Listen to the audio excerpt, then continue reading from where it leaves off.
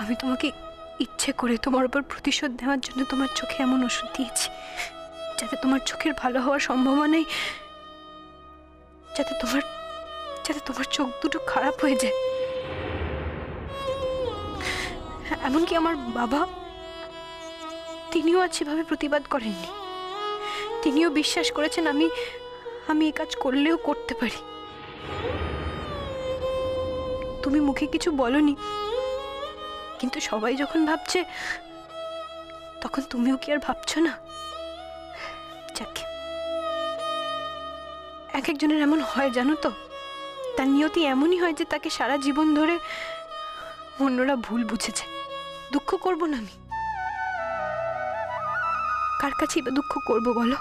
আমার কেই বা আছে আর? আজ শুধু শুধু যাওয়ার আগে তোমাকে শেষবারের মতন প্রণাম করে চলে যাব।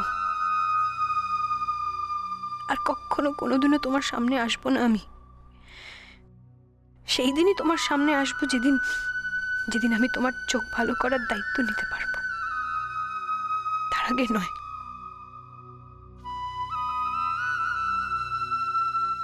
আর তা যদি কোনোদিনও না পারি, তাহলে কোনোদিনও আর দেখা হবে না তোমার সঙ্গে আমার।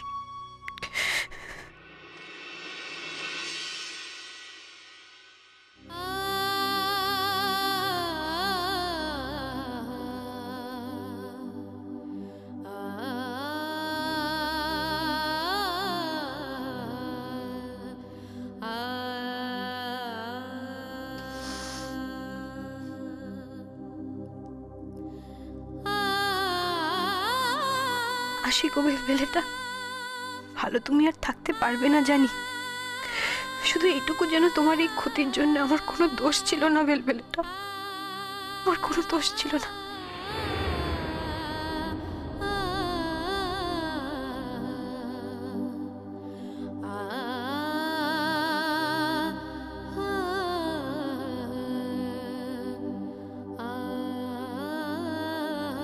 শালুক,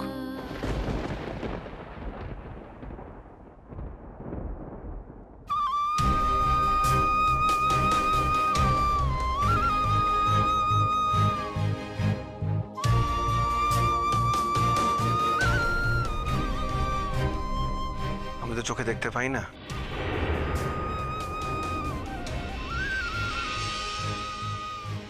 তাই আগের মতন আর হুটোপাটি করে আর তোমাকে ধরতে পারবো না। আমি এই ঘরে তোমার উপস্থিতির গন্ধ আমি পাচ্ছি, আর আমি এখনো জানি যে তুমি এই ঘর থেকে বেরিয়ে যাওনি। তাই যাওয়ার আগে আমার সঙ্গে একটু দেখা করে যাও।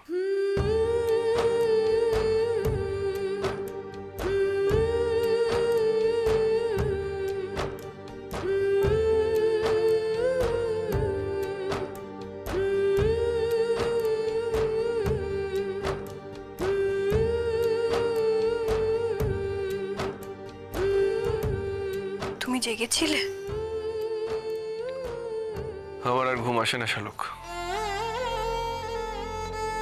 আমি যে তোমার পায়ে হাত দিয়ে প্রণাম করেছি, সেটা তুমি বুঝতে পেরেছো? তুমি ছাড়া আমাকে এভাবে আর কে প্রণাম করে? আমি বলেছি না, আমি চোখ বন্ধ করে 1,00,000 মানুষের মধ্যে বলে দিতে পারবো স্পর্শ করে তোমাকে তুমি কোনটা।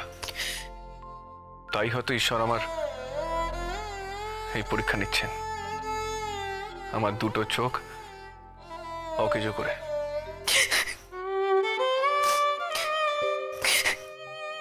তুমি কাঁদছো কেন? আমি জানি না তোমার মনে কি আছে, কিন্তু সবাই যা বলছে আমি তা করিনি গো। আমি তোমার উপর প্রতিশোধ নেওয়ার জন্য ইচ্ছে করে। শালুক, আমি তোমার সাথে অনেক ভুল করেছি শালুক। তোমার সঙ্গে খুব খারাপ ব্যবহার করেছি, যদিও ইচ্ছেকৃত করেছি। ভেবেছিলাম তোমার সঙ্গে আমি খারাপ ব্যবহার করলে তুমি আমাকে ঘৃণা করবে, কিন্তু তারপর দেখলাম তোমার সঙ্গে শতবার খারাপ ব্যবহার করলেও তুমি আমাকে কোনোদিন ঘৃণা করতে পারবে না। শালুক, আমি জানি তুমি আমাকে অনেক ভালোবাসো, তাই জন্য আমি তোমাকে ভুলেও কোনোদিন মিথ্যে কথা বলবো না, আর ভুলেও কোনোদিন তোমাকে আমি কোনো কষ্ট দেবো না, আর ভুলেও আমি কোনোদিন তোমার সঙ্গে খারাপ ব্যবহার করব না। আমি চলে যাচ্ছি বেলবেলাটা, ওই বাড়ি থেকে দিদিনকে নিয়ে আমি আর দিদিন গ্রামে ফিরে যাব। মামার বাড়ির কাছেই কোথাও একটা থাকবো। আমার বাড়িতে তো আর জায়গা হবে না, তাই আমি আর দিদিন ঠিক আশেপাশে কোথাও একটা কুড়ে ঘর বেঁধে নিতে পারবো। সবার জীবনে তো সবটা পাওয়া হয় না বেলবেলাটা, আমার জীবনে এটা পাওয়া হলো না। সব সিদ্ধান্ত দেখি তুমি আজকাল একাই নিচ্ছ। কি বললে? বললাম আজকাল সব সিদ্ধান্ত তুমি একাই নিচ্ছ শালুক। আমি বলে যে কোনো একটা মানুষ আছে তোমার জীবনে, সেটা ভুলে গেলে কি চলবে? অবশ্য আমি জানি না সত্যি সত্যি তোমার জীবনে আমার কোনো অস্তিত্ব রেখেছো কিনা তুমি। তুমি তো এখন একথাই বলবে, তোমার মুখে তো একথাই মানায়। তাহলে তুমি বা কি করে সব সিদ্ধান্ত একাকে নিতে পারো?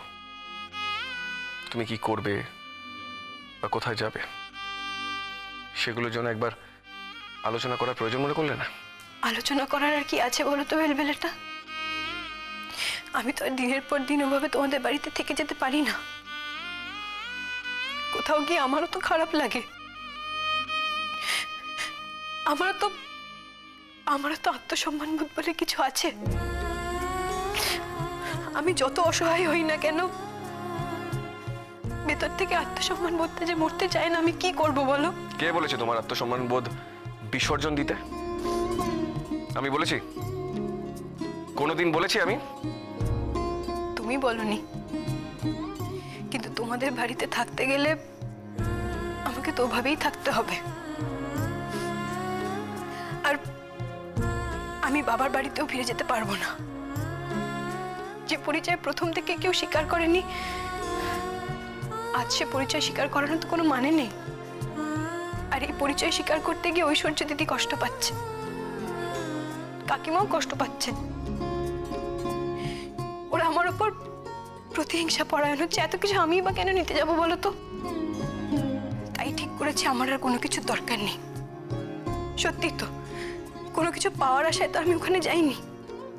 বাবা আমাকে জোর করে রাস্তা থেকে ধরে নিয়ে গেছিল, তাই আমি যেতে বাধ্য হয়েছিলাম।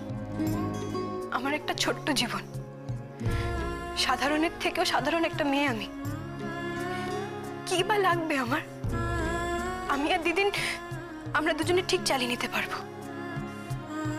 আর সেই কথাটাই তোমাকে বলতে এসেছিলাম বেলবেলাটা। তোমাকে আমার বাড়িতে থাকতে হবে কে বলেছে? বা তোমাকে তোমার ঐশ্বর্য দিদির বাড়িতে থাকতে হবে সেটাই বা কে বলেছে? হ্যাঁ, আমি রিকোয়েস্ট করেছিলাম যে কিছুদিন বাড়িতে থাকতে। হ্যাঁ, যতদিন আমার পরীক্ষা শেষ হচ্ছে না ততদিন আমার বাড়িতে থাকতে। এনিওয়ে, সে কথা ছাড়ো। তাছাড়া আমি কি তোমাকে বলেছি তুমি পার্মানেন্টলি থেকে যাও? আর যদি বলেও থাকি, অন্যায় করে বলেছি, আবদার করে বলেছি, মন থেকে বলিনি শালুক। তুমি ছোট হয়ে যাও এমন কোনো কাজ আমি তোমাকে কখনো করতে বলতে পারি? শালুক দেখো, আমি বলছি তোমাকে, আমরা পারবো। আমাদেরকে পারতেই হবে বেলবেলাটা। আমি তোমাকে বলছি, দেখো তোমার চোখের দৃষ্টি ঠিক ফিরে আসবে। তার জন্য যত টাকা লাগে আমি খরচা করব।